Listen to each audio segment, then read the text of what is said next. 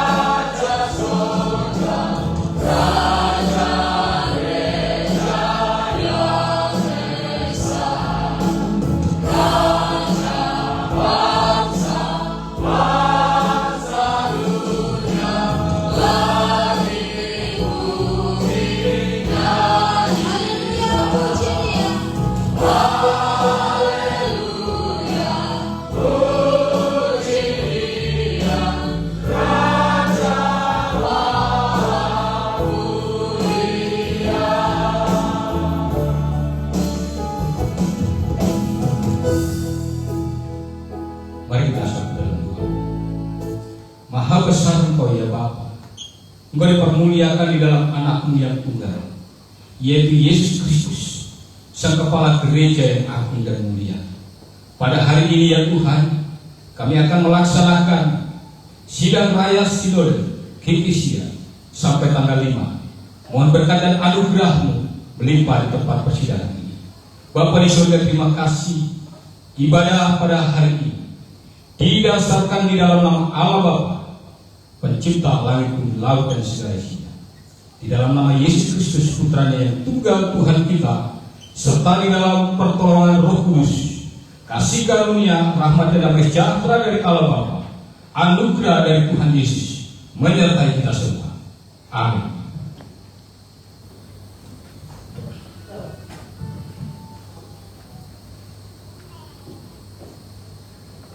Masih berdiri Bapak Ibu. Ibadah ini, sidang raya ini bukan sesuatu yang menegangkan, tapi membuat kita rileks mengalami perjumpaan dengan Tuhan. Amin. Karena itu saya yakin, ya, bukan yakin, pasti mungkin kita lelah dari tempat kita masing-masing. Benar Bapak Ibu? Ada yang baru turun dari pesawat belum sempat istirahat. Tapi hari ini kita mau berlelah untuk Tuhan. Kita mau bersama memuji yang memuliakan Tuhan. Karena kita punya Allah yang dahsyat. Amin. Saya mau menyapa dulu Bapak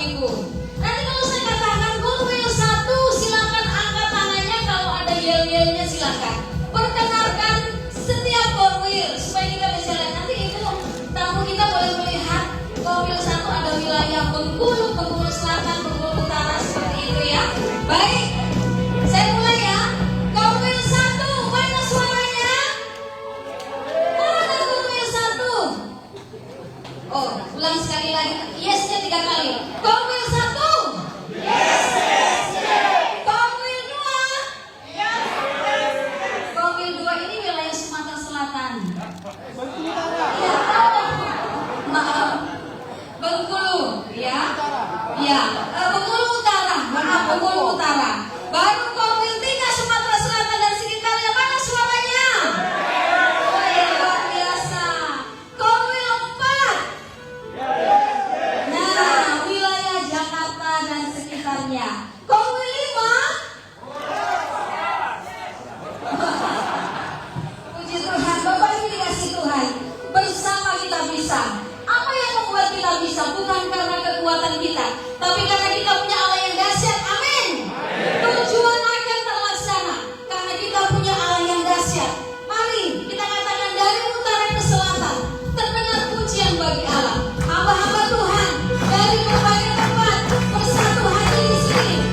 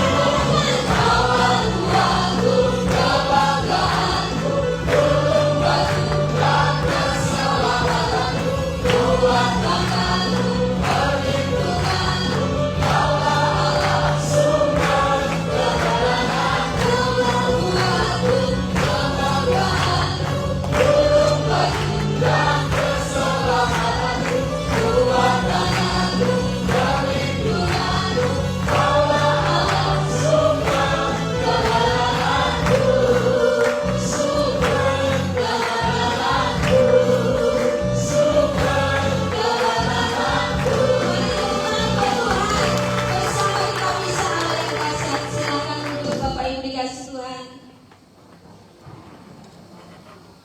Mari kita akan masuk dalam doa puji dan sembah. Kiranya pujian kita, kemuliaan kita menjadi dupa yang harum, yang manis di hadapan Tuhan. Kita mempersiapkan hati kita. Biarlah pujian kita menjadi kemuliaan bagi nama Tuhan. Ya Tuhanku, aku hendak bernyanyi bagi-Mu. Kita siapkan hati kita, memuliakan Allah yang besar, menyembah Tuhan yang dahsyat, Tuhan yang mempercayakan pekerjaan yang luar biasa bagi kita, hamba-hambanya di tiap gereja masing-masing. Tuhan mengutus memperlengkapi kita. Maka hari ini hamba-hamba Tuhan, mari datang kepada Tuhan, bersatu memuliakan nama Tuhan kita. Ya Tuhanku, aku hendak bernyanyi bagi-Mu.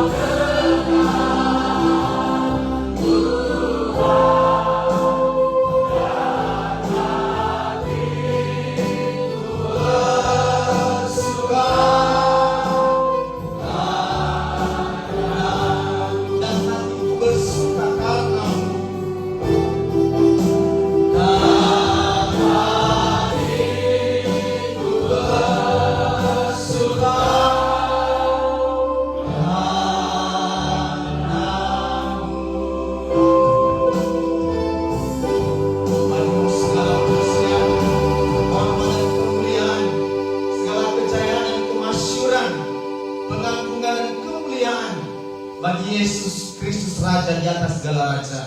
Biarlah tiap pujian dan penyembahan kami menjadi persembahan yang harum yang menyenangkan Tuhan pada sore hari ini. Segenap keberadaan kehidupan kami menjadi persembahan yang kudus dan berkenan kepada Tuhan.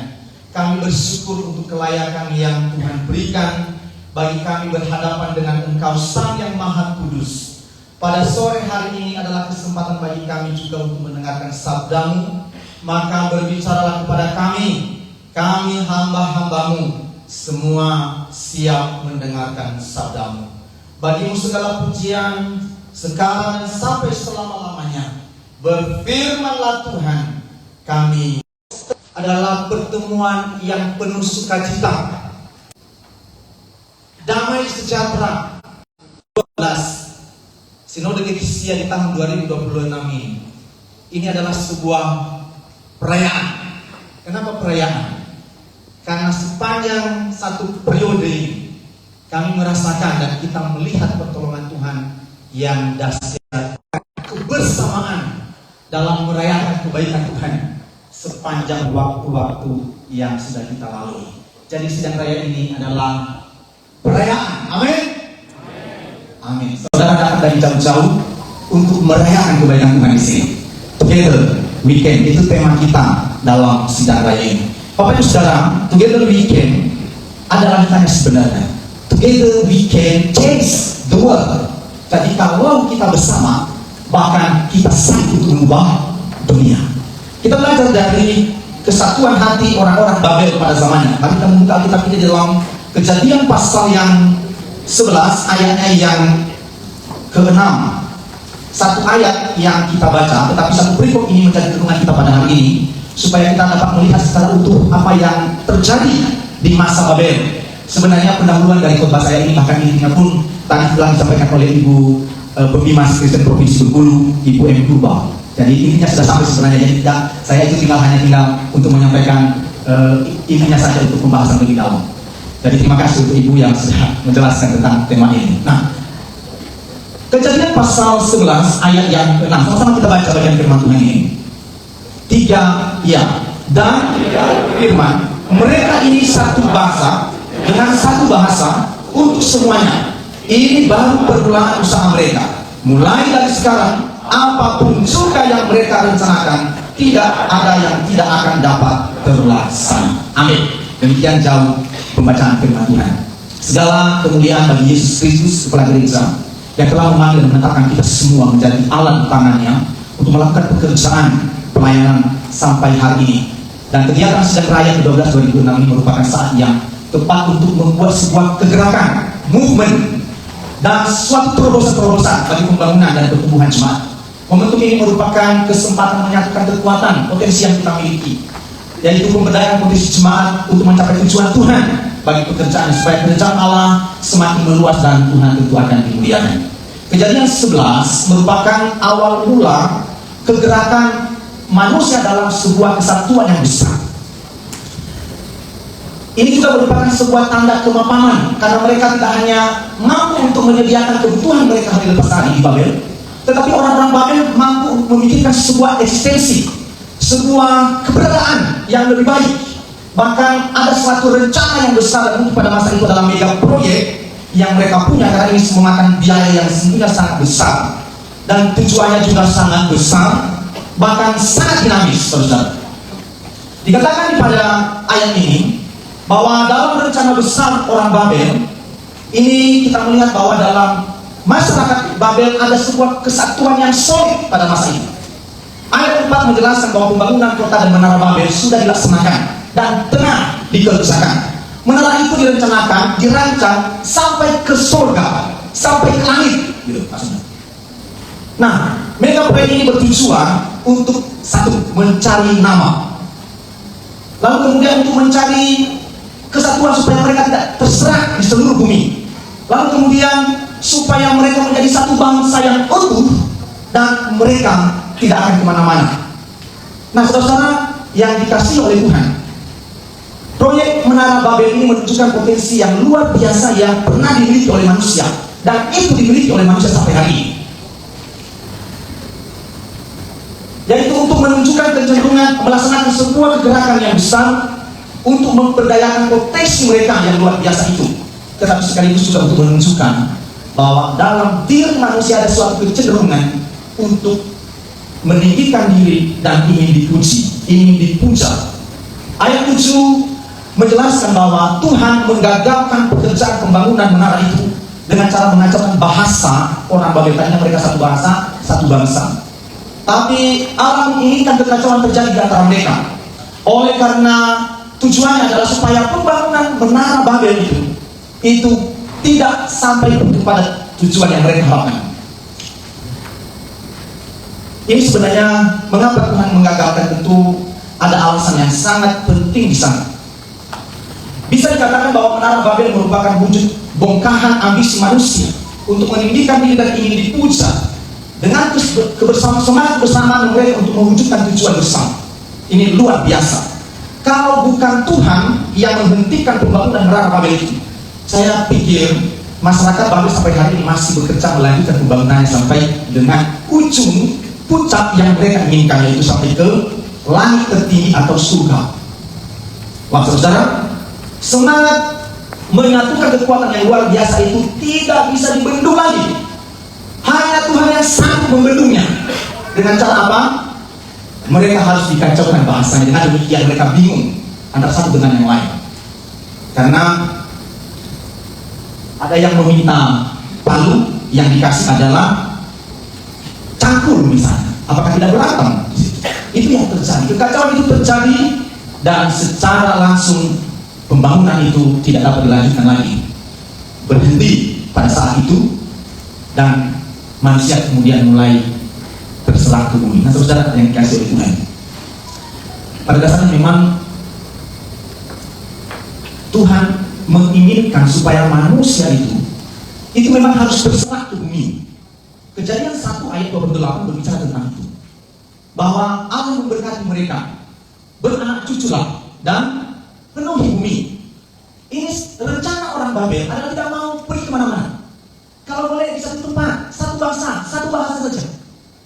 Nah, saudara, memang kalau kita melihat konteks firman Tuhan ini, bahwa Allah justru menghendaki kekacauan bagi mereka. Artinya kekacauan itu memang sengaja Tuhan ciptakan. Menjadi pertanyaan saya, saudara, hari ini adalah, bukankah Allah menghendaki kesatuan sejak semula? Bahkan Tuhan Yesus sendiri berdoa di dalam Yohanes 17 ayat 21, aku berdoa kepadamu ya Bapa, supaya mereka semua menjadi satu. Apa yang salah dengan kesatuan yang mereka bangun? Apakah kebersamaan, semangat yang disatukan, tujuan dan gerakan bersama itu salah? Apa yang salah dengan pembangunan menara Babel dan gerakan bersama itu? Apakah merencanakan sesuatu itu tidak baik? Justru Alkitab mengajarkan kita, rencanakan segala sesuatu dengan matang. Jika seorang mau membangun sebuah rumah, ini ilustrasi atau perumpamaan dari Tuhan Yesus. Bukankah ia akan duduk dan menghitung anggaran biayanya dulu, baru memulai pembangunannya? Karena jangan-jangan nanti itu tidak akan selesai. Artinya, saudara, bahwa ini baik dalam hal merencanakan sesuatu.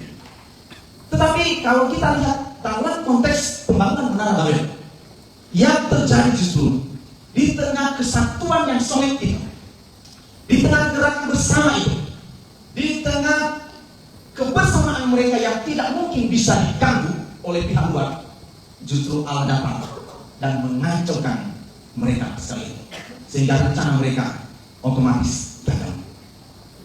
Nah, saudara yang dikasih oleh Tuhan, kegerakan Babel pada masa itu kegerakan untuk manusia, untuk mewujudkan apa yang diinginkan oleh diri mereka sendiri.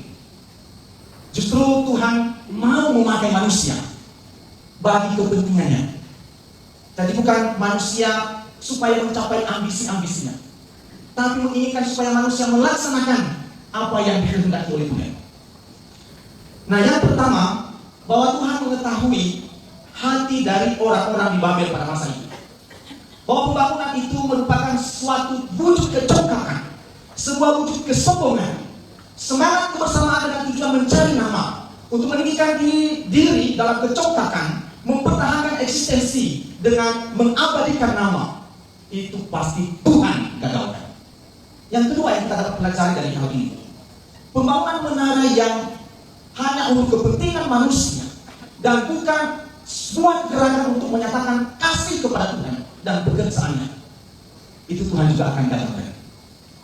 Tuhan selalu mengarahkan saya dan saudara supaya kita melakukan kehendak-Nya dan tujuan-tujuannya dapat tercapai melalui dan dalam kehidupan saya dan saudara. Kalau kita memperhatikan yang ketiga, dapat kita lihat bahwa pembangunan menara Babel yang sebenarnya ini itu adalah bentuk penyimpangan dari maksud penciptaan oleh Allah, yaitu bahwa semua manusia, semua makhluk dan ciptaan yang lain itu dimaksudkan untuk melakukan kehendak Allah. Efesus pasal 2 ayat yang ke-10 menegaskan hal ini. Bahwa kita ini diciptakan di dalam Kristus Yesus untuk melakukan pekerjaan yang baik yang dipersiapkan Allah sebelumnya. Ia mau supaya kita hidup di dalamnya. Artinya posisinya adalah Allah mau menjadikan saya dan saudara menjadi alat baginya mencapai tujuan-tujuannya.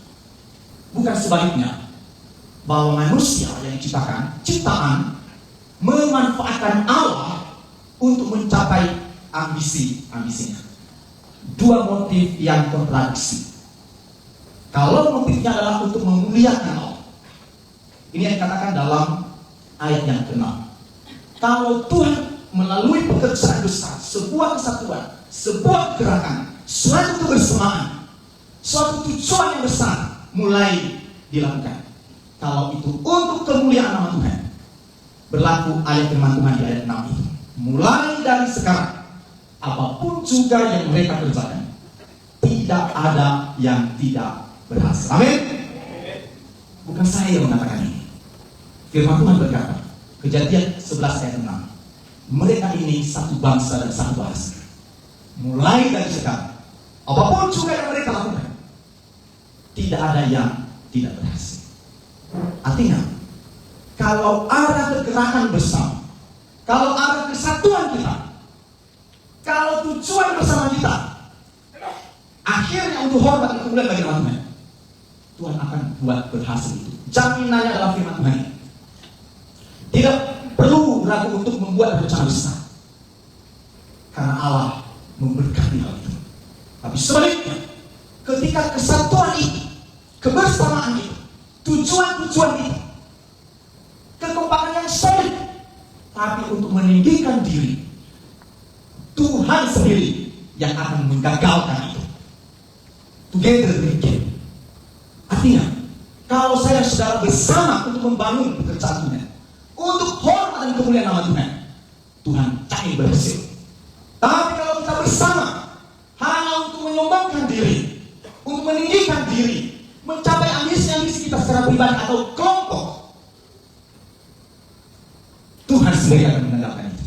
Firman Tuhan mengatakannya. Oleh sebab itu, Bapak Ibu Saudara yang dikasihi oleh Tuhan, maka kita perlu memastikan bahwa saya dan saudara adalah alat di tangan Tuhan untuk mencapai tujuannya. Sebaliknya, bila kita memperkalah Tuhan untuk mencapai tujuan kita dan mengatasnamakan pelayanan untuk mewujudkan ambisi-ambisi kita secara pribadi, ambisi duniawi, maka kita perlu memperhatikan firman Tuhan ini. Dalam sidang raya ini, kalau yang kita kerjakan hanya untuk mewujudkan keinginan diri, ingat, menjadi peringatan besar di awal sidang sebelum kita mulai. Tujuan adalah supaya kita mulai, apa tujuan kita datang ke sini? Apakah ini untuk kemuliaan Tuhan? Atau ada sebuah kegerakan yang bias, yang sesungguhnya ini bertentangan dengan kehendak Tuhan?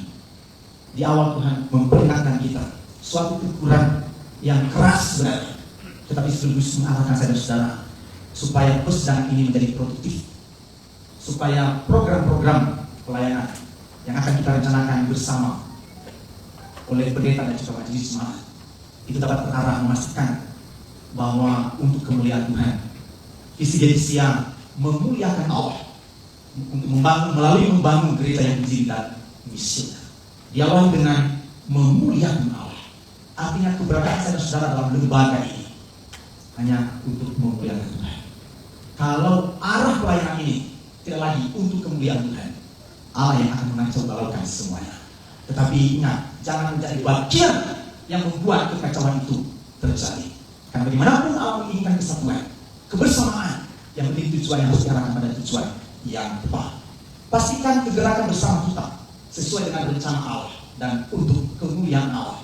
Roma 11 ayat 36 berkata, sebab segala sesuatu untuk Dia, dari Dia, dan oleh Dia, dan bagi Dia kemuliaan sampai selama-lamanya.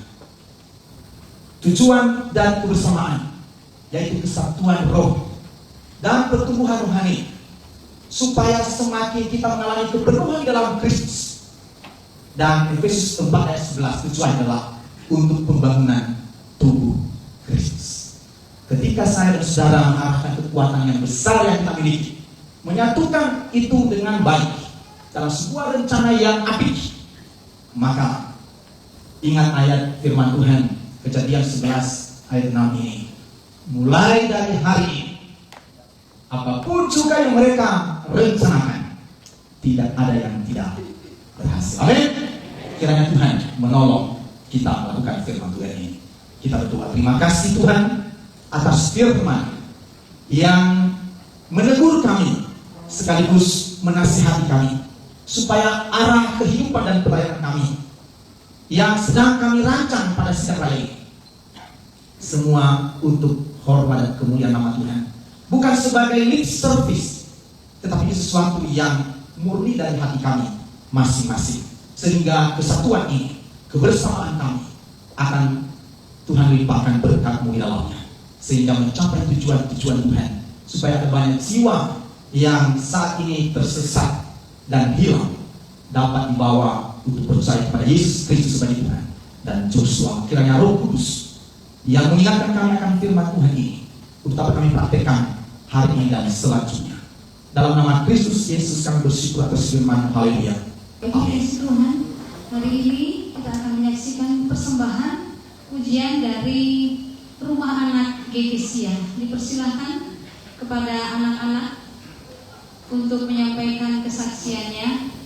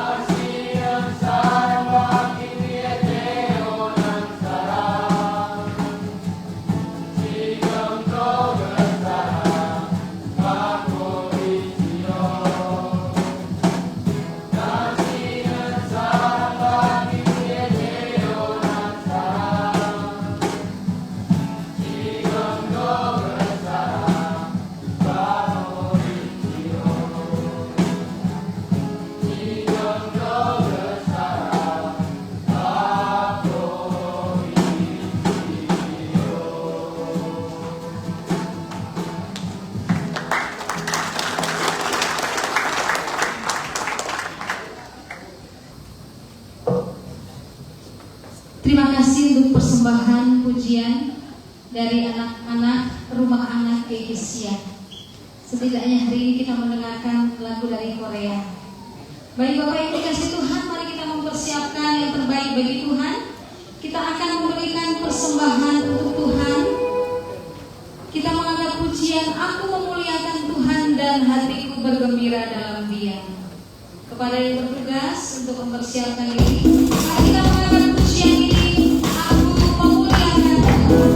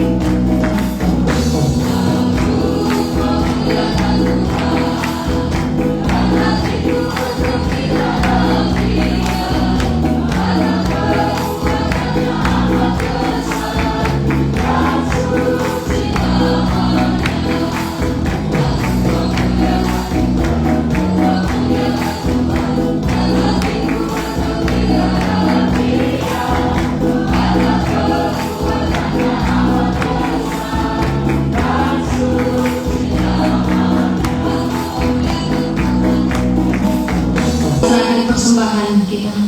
Terpujilah Engkau Allah yang telah memberkati hidup kami. Segala berkat melimpah dalam hidup kami, berkat jasmani, berkat rohani. Terima kasih Tuhan, hari ini kami memberi bagi Tuhan. Kami tahu ini tidak sebanding dengan apa yang kami terima dari Tuhan. Terimalah persembahan ini untuk kemuliaan nama Tuhan. Terima kasih, kami mengucap syukur. Dalam Yesus kami berdoa. Amin. Bapak Ibu yang dikasih Tuhan, berikutnya adalah prosesi pemukulan gong yang akan dipandu oleh Pendeta Tanti, dan setelah itu di doa penutup pada sore hari dalam ibadah pembukaan akan dibawakan oleh Bapak Pendeta Aminuddin Zebua dari Gegesia Makassar. Kepada Ibu Tanti saya persilahkan. Pemukulan gong sebagai tanda dimulainya sidang Raya Sinode ke-12 pada tanggal 3 hingga tanggal 5 Maret 2026 yang akan dilaksanakan mulai pada hari ini akan dilakukan oleh Ibu Pembimas Kristen, yaitu Ibu M. Purba, didampingi oleh pengurus NPH, pengurus NPL, dan juga kepada Ibu Pendeta Maria Reinhardt. Kami persilakan untuk naik ke atas panggung. Sebagai tanda dimulainya Sidang Raya Sinode Gegesia ke-12 tahun 2026, maka Kepada Ibu Penglimas Kristen M. Purba, kami persilakan untuk memukul gong.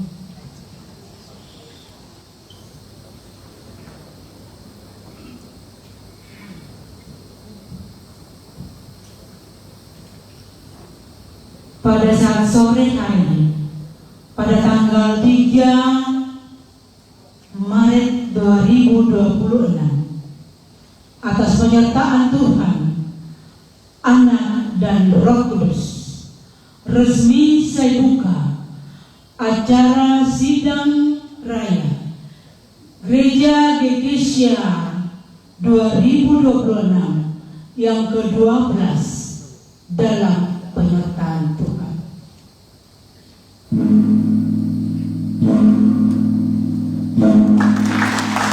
Terima kasih. Tuhan Yesus menyertai dan memberkati kita. Untuk menutup rangkaian prosesi dan ibadah pembukaan di dalam acara sidang raya Sinode Gekesia yang ke-12, sekali lagi kami minta kesediaan untuk Bapak Pendeta Andi Zebua untuk menutup di dalam doa. Bapak Ibu Saudara, saya mengundang kita semua untuk bangkit berdiri. Kita berdoa. Syukur kami kepadamu ya Allah Bapa di surga, yang telah menolong kami, memberkati kami di dalam kami mengawali sidang raya Sinode yang ke-12 ini dengan kegiatan pembukaan dan juga ibadah. Terima kasih untuk hamba-hamba Tuhan yang telah mengambil bagian dalam pelayanan, dan terima kasih untuk kebersamaan kami dengan Pembimas Kristen Provinsi Bengkulu. Terima kasih kebersamaan kami dengan PGIB Provinsi Bengkulu, dan terima kasih juga kebersamaan kami dengan Mitra Gekesia, bahkan persembahan pujian dari Rumah Anak Gekesia. Terima kasih ya Tuhan untuk campur tangan Tuhan di dalam kegiatan pembukaan sidang raya 12 sore hari ini, dan kami akan melanjutkan kegiatan kami dalam rangkaian sidang raya ini. Kami mohon terus tuntunan dan pimpinan Tuhan bagi kami. Saudara-saudaraku yang kekasih, beserta hamba-hamba Tuhan yang telah diurapinya, terimalah berkat Tuhan sebagaimana yang telah dijanjikan bagimu. Tuhan memberkati engkau dan melindungi engkau.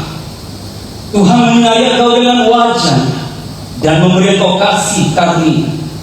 Tuhan menghadapkan wajahnya kepadamu dan memberikan engkau damai sejahtera mulai saat ini, esok, bahkan sampai Maranatha Yesus datang kali kedua. Amin. Bapa, terima kasih.